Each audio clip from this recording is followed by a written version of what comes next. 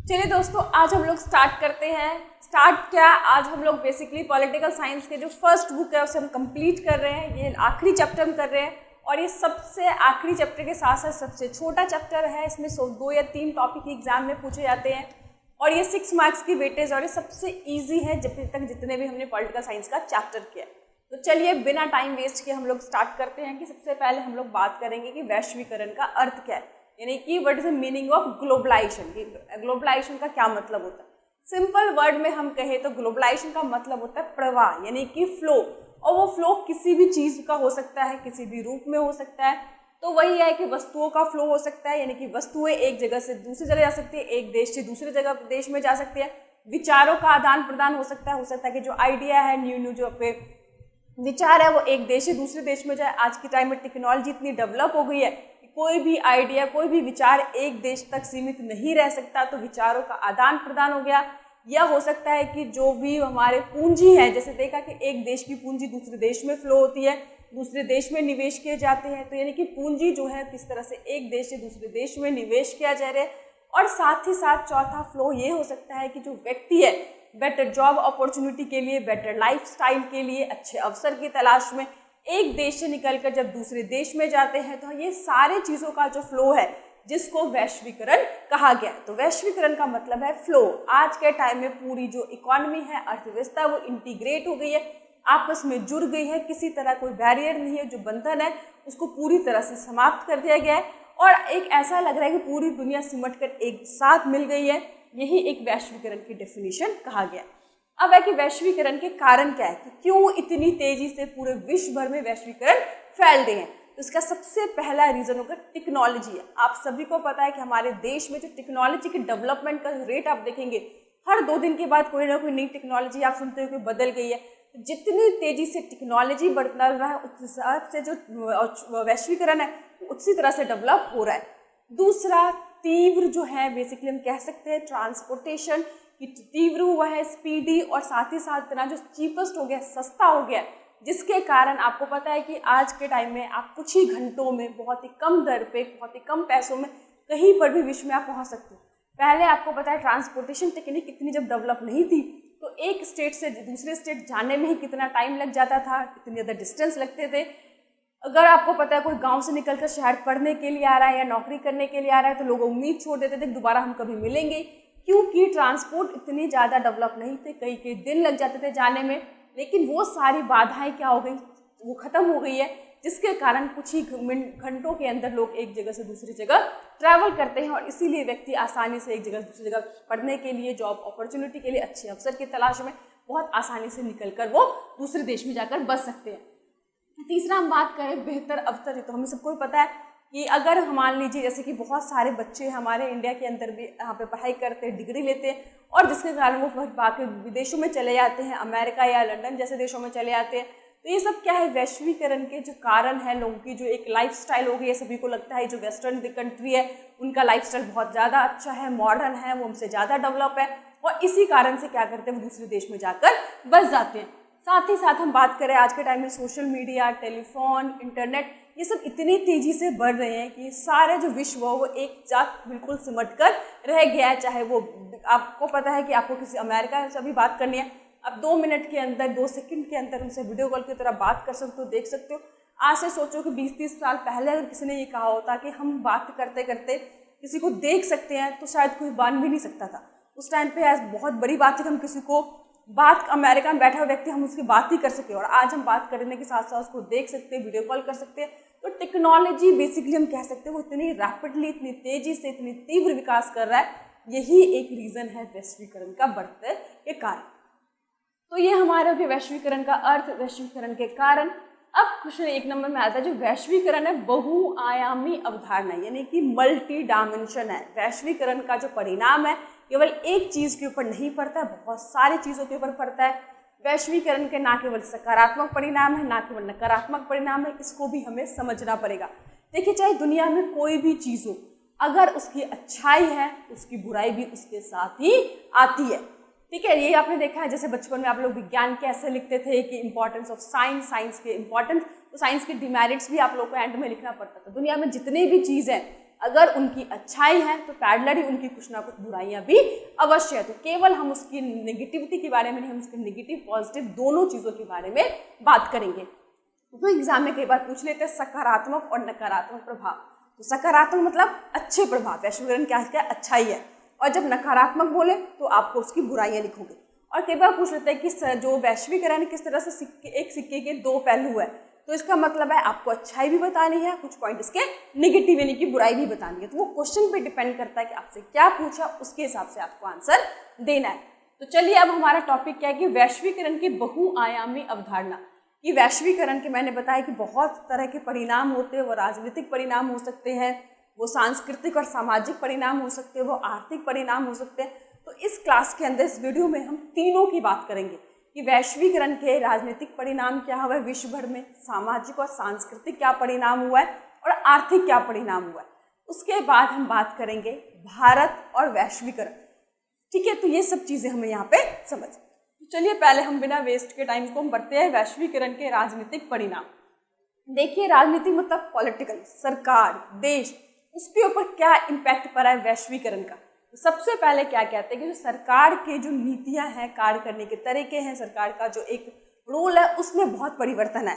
क्योंकि आपको पता है 1991 से पहले, स्पेशली भारत के कंटेक्स्ट में बात करें तो सरकार के ऊपर बहुत रिस्पॉन्सिबिलिटी थी, सरकार जिम्मेवार थी, जितने भी बड़े बड़े इंडस्ट्री थे सरकार के अधीन थे, सरकार के हाथों में थे।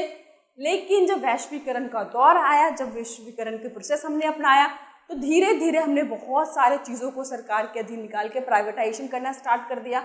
अब सरकार जो है अपने रोल में काफ़ी परिवर्तन लेने लगे। अब वो सरकार के पॉलिटिकली रोल प्ले करना चाहते, जो इंडस्ट्री में अपना हाथ धीरे धीरे खींच रही है, कम कर रही है। तो वही लिखा हुआ है कि सरकार की नीति, कार्य और उनका जो रोल है देश को चलाने में, उसमें उन्होंने बहुत ज़्यादा बदलाव किए। साथ ही साथ विदेशी पूंजी को निवेश करने के लिए सरकार ने बहुत सारे नए नए कानून बनाए हैं, उसमें कई सारे सरकार ने अपने जो पॉलिसी में लीनियंसी भी दिखाई है। तो ये सब चीज़ें भी हम यहाँ पे पढ़ेंगे। दूसरा, उद्योगों में सरकार का हस्तक्षेप कम हुआ है। तो पहले देखा था कि वैश्वीकरण से पहले के टाइम में जितने भी इंडस्ट्री थे सरकार के अधीन थे, और जो प्राइवेट भी इंडस्ट्रीज थे उनमें भी सरकार ने इतने रिस्ट्रिक्शन लगा रखे थे कि पहले बिजनेस करने से पहले आपको लाइसेंस लेना पड़ेगा, बिजनेस को एक्सपेंड करते हो, बढ़ाते हो तो फिर आपको लाइसेंस लेने पड़ेगा, अपने सामान को विदेशों में भेजना चाहते हो सरकार से परमिशन लेनी पड़ेगी। सरकार ने उसको कोटा के द्वारा, इन सब के द्वारा पूरी तरह से कंट्रोल कर लिया था। लेकिन अब सरकार ने वैश्वीकरण के कारण अपना जो धीरे धीरे उद्योग में अपने जो अननेसेसरी रिस्ट्रिक्शन है, अपना हस्तक्षेप है, सरकार ने उसमें काफ़ी ज़्यादा कमी किया है। तीसरा है कि अब सरकार जो कल्याणकारी राज्य की अवधारणा धीरे धीरे कम हो रही है, यानी कि हर चीज़ में सरकार का जो इंटरफेरेंस था, अब सरकार अपनी एक जो लिमिटेशन है उसको दायरा हुए सीमित कर रही है, और साथ ही साथ न्यूनतम हस्तक्षेप, यानी कि लोगों को उदारीकरण के प्रोसेस में लिबरल कर दो, सभी चीज़ों को आसानी से लोगों को काम करने दो, इंडस्ट्री को सेटअप करने दो, नेटवर्क एक्सपेंड करने दो, डाइवर्सिफिकेशन करने दो। ये सब चीज़ें सरकार ने लोगों को बहुत ही ज़्यादा फ्रीली छोड़ दिया है। अब सरकार कह रहा है कि कुछ ही कामों तो खुद को सीमित रखा है, जिसमें मेन चीज़ें हैं जैसे देश में कानून बनाना, पॉलिटिकल रूप है सरकार करेगी, देश की सुरक्षा नीति की जिम्मेवारी सरकार के ऊपर है, और कुछ बेसिक जो नेसेसिटीज़ होती है, क्योंकि हमारे जो यहाँ पे डेमोक्रेटिक फॉर्म ऑफ गवर्नमेंट है विश्व के अधिकतर देशों में, जहाँ पर आपको पता है रेगुलर इलेक्शन होते हैं, जनता से कुछ वादे आप लोग करते हैं, जो भी पॉलिटिकल पार्टीज़ होती है, और जो भी पॉलिटिकल पार्टी सरकार बनाती है, जनता के कुछ प्रोमिसेस होते हैं, कुछ जो उन्होंने अपने वादे किए होते उसको पूरे करने होते, ताकि 5 साल के बाद फिर वो जनता के बीच में जाके वोट मांग सके। तो कुछ जो बुनियादी आवश्यकता होती है जैसे बिजली, पानी, सड़कें, स्कूल, तो इन सब चीज़ों तक सरकार ने अपने आप को लिमिट करा है। धीरे धीरे जो इंडस्ट्री से आई उद्योग है उसमें अपने आप को थोड़ा सा साइड करके चल रही है। तो ये एक बहुत बड़ा मतलब हम कह सकते हैं कि पॉलिटिकल इम्पैक्ट पड़ा है। दूसरा है कि वैश्वीकरण के कारण सांस्कृतिक प्रभाव। देखिए इस पे जो है सबसे ज़्यादा प्रभाव पड़ा है संस्कृति के ऊपर, हमारे सभ्यता के ऊपर, हमारे सामाजिक परिणाम भी हम इसको कह सकते हैं। सबसे पहले हमारे खान पान पे देखिए, हम लोग पहले जब हम लोग विदेशों से इतने ज़्यादा प्रभावित नहीं थे तो हमारा खान पान रोटी, दाल, चावल ये सब चीज़ें होती थी। लेकिन आज क्या है, बर्गर, पिज़्ज़ा, कोल्ड ड्रिंक, ये सब क्या है, ये हमारा कल्चर नहीं है। लेकिन आज के टाइम में जितने भी यंगस्टर है उनको मतलब इसी में टेस्ट आता है, यही उनको लगता है स्टेटस सिंबल है। तो हमारे जो खान पान है वो पूरी तरह से बदल गया। अब बच्चों को आप रोटी चावल दाल, किसी को कोई इंटरेस्ट नहीं, उसमें कोई टेस्ट नहीं लगता। अब उन्हें burger, pizza, cold drink, ice cream, ये सब चीज़ें जो क्रेज़ है, यानी कि खाने का जो पैटर्न है, और इसी खाने के कारण आप देख रहे हो मोटापा नाम की बीमारी छोटे छोटे बच्चों में हो गई है, हमारे लाइफस्टाइल ख़राब होते जा रहे हैं। दूसरा हम बात करें कि संस्कृतियों का ह्रास। संस्कृति मतलब हमारी सोच। देखिए हमारे जो मॉडर्न जो जनरेशन्स है, जो यंग जनरेशन है, उनको लगता है कि मॉडर्नाइजेशन का मतलब क्या, छोटे कपड़े पहनना, पेरेंट्स से बदतमीजी से बात करना, ठीक है, ड्रिंक करना या स्मोकिंग करना, उनको ये सब चीज़ें मॉडर्नाइजेशन लगती है। तो ये जो हमारी एक सोच थी, हमारे जैसे बड़ों का रिस्पेक्ट करना, प्रॉपर ड्रेस पहनना, मैं ये नहीं कह रही छोटे कपड़े पहनना ये खराब है, मतलब उनकी जो सोच है वो बहुत ज़्यादा बदल गई है। हमारे भारतीय सोच से काफ़ी ज़्यादा वो क्या है, वेस्टर्न से इन्फ्लुएंस हो गए। अमेरिकन सभ्यता को सबसे ज़्यादा इंपॉर्टेंस देने लगे। अमेरिकन के लोग क्या पहनते हैं, वो क्या खाते हैं, वो क्या करते हैं।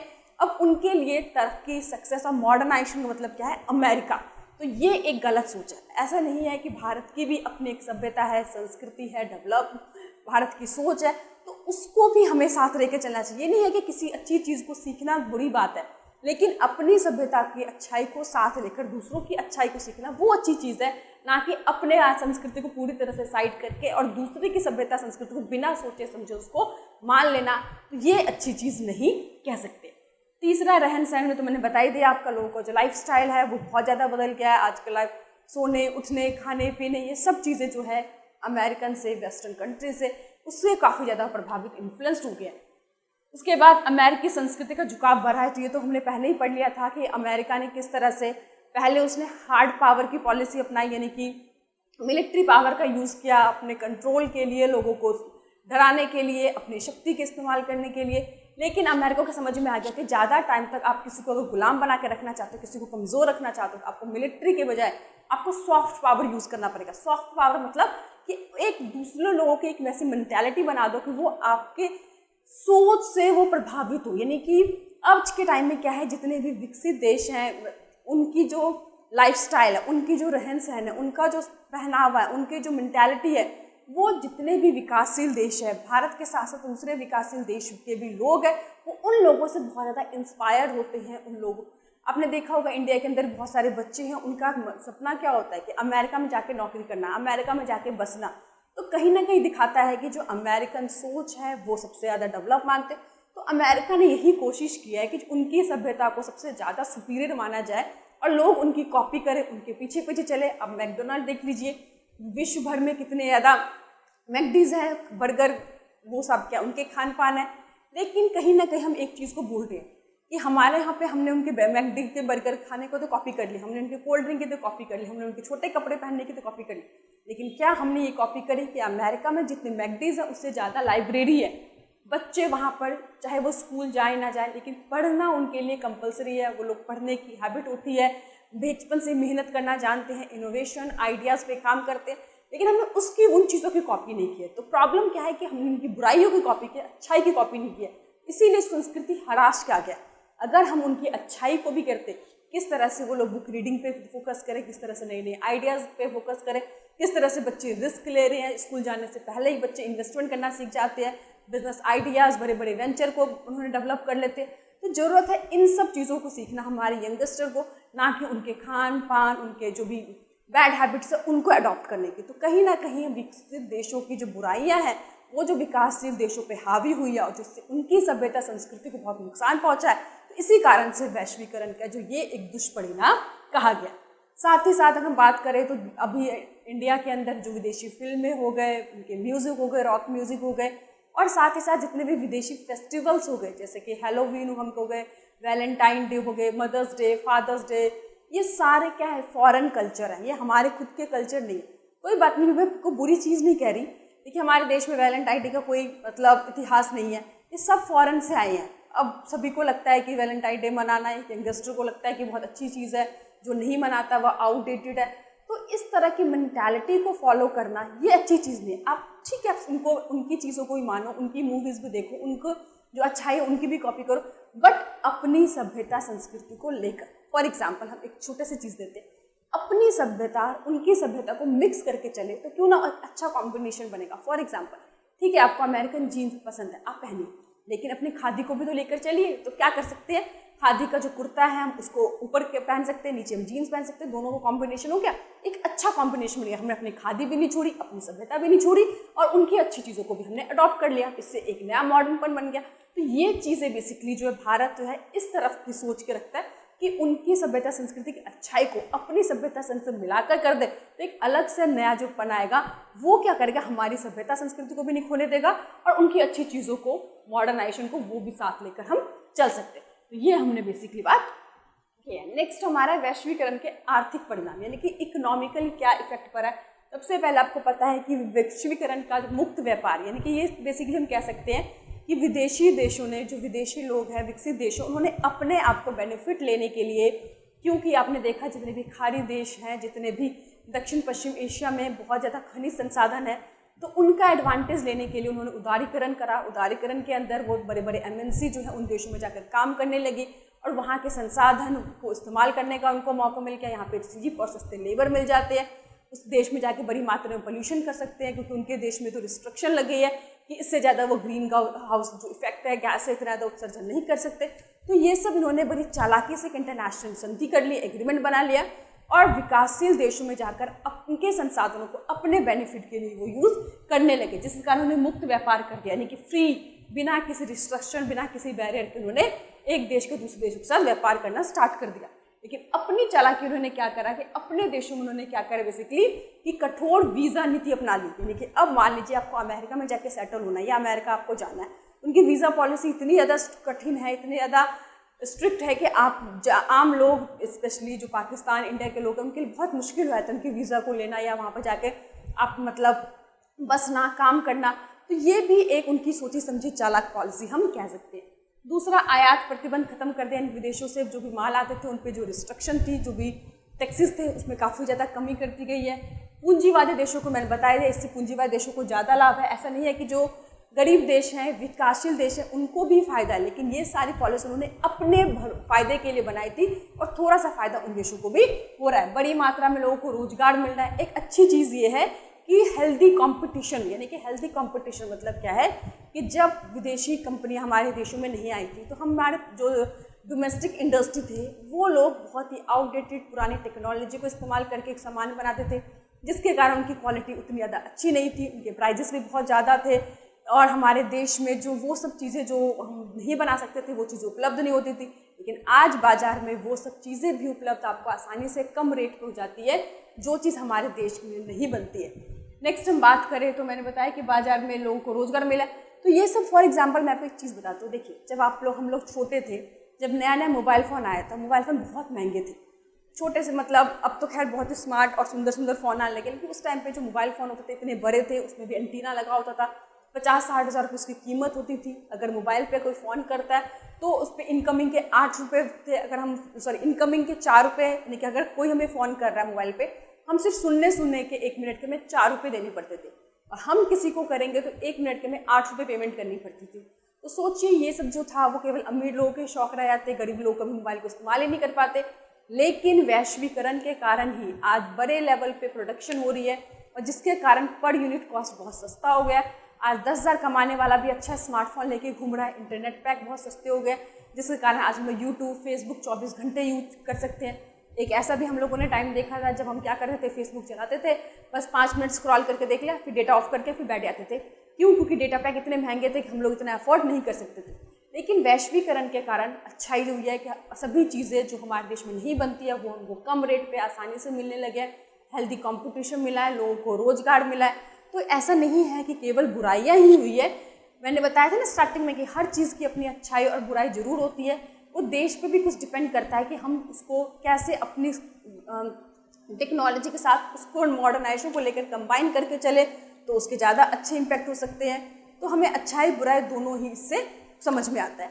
नेक्स्ट हम बात करते हैं भारत और वैश्वीकरण, कि भारत और वैश्वीकरण का क्या कनेक्शन है। देखिए, भारत का या विश्व का जो इतिहास है वो स्टार्टिंग से ही रहा है। आपको पता होगा कि जब अंग्रेज हमारे देश में नहीं भी आए थे तो भी यूरोप के बहुत सारे लोग यूरोप के बहुत सारे लोग हमारे देश में आते थे, यहाँ से मसाले ले आते थे। हमारा कॉटन जो था विश्व का सबसे बेस्ट कॉटन हमारे देश में होता था, यहाँ से वो सामान को ले आते थे और यूरोप के देशों में महंगे करके बेचते थे। धीरे धीरे उनको ये लगा कि यहाँ से हम ले जाने के बजाय क्यों ना हम लोग यहाँ पे आकर रूल करने लगे, क्योंकि उन्होंने देख लिया कि यहाँ की जो परिस्थिति थी, यहाँ के जो लोग थे वो बहुत मासूम थे, उन पर रूल करना आसान था, शिक्षा ज़्यादा थी, लोगों में आपस में सहयोग नहीं था और इसी कारण से आकर हमको उन्होंने गुलाम बना लिया और काफ़ी लंबे टाइम तक वो हमसे क्या करते थे, कच्चा माल बहुत ही कम रेट पर लेकर जाते थे और वहाँ से बने हुए माल हमको महंगे रेट पे बेचते थे। तो वैश्वीकरण तो हमारे देश में आज़ादी से पहले ही था, लेकिन जैसे ही हमारे देश में ब्रिटिश ने 200 सालों तक शासन किया, हमारे संसाधनों को मिसयूज़ किया, उसके बाद जब हमें 200 सालों की गुलामी के बाद आज़ादी मिली तो भारत ने डिसाइड कर लिया कि अब जितने भी रिसोर्सेज हैं उनका इस्तेमाल हम अपने डेवलपमेंट के लिए करेंगे, ना कि इससे दूसरे देशों को फ़ायदा लेने देंगे। और इसीलिए भारत ने संरक्षणवाद की नीति अपनाई थी कि अपने उद्योग को बढ़ावा देंगे, अपने देश में वो चीज़ें बनाएंगे जो चीज़ हम विदेशों से मंगवाते हैं।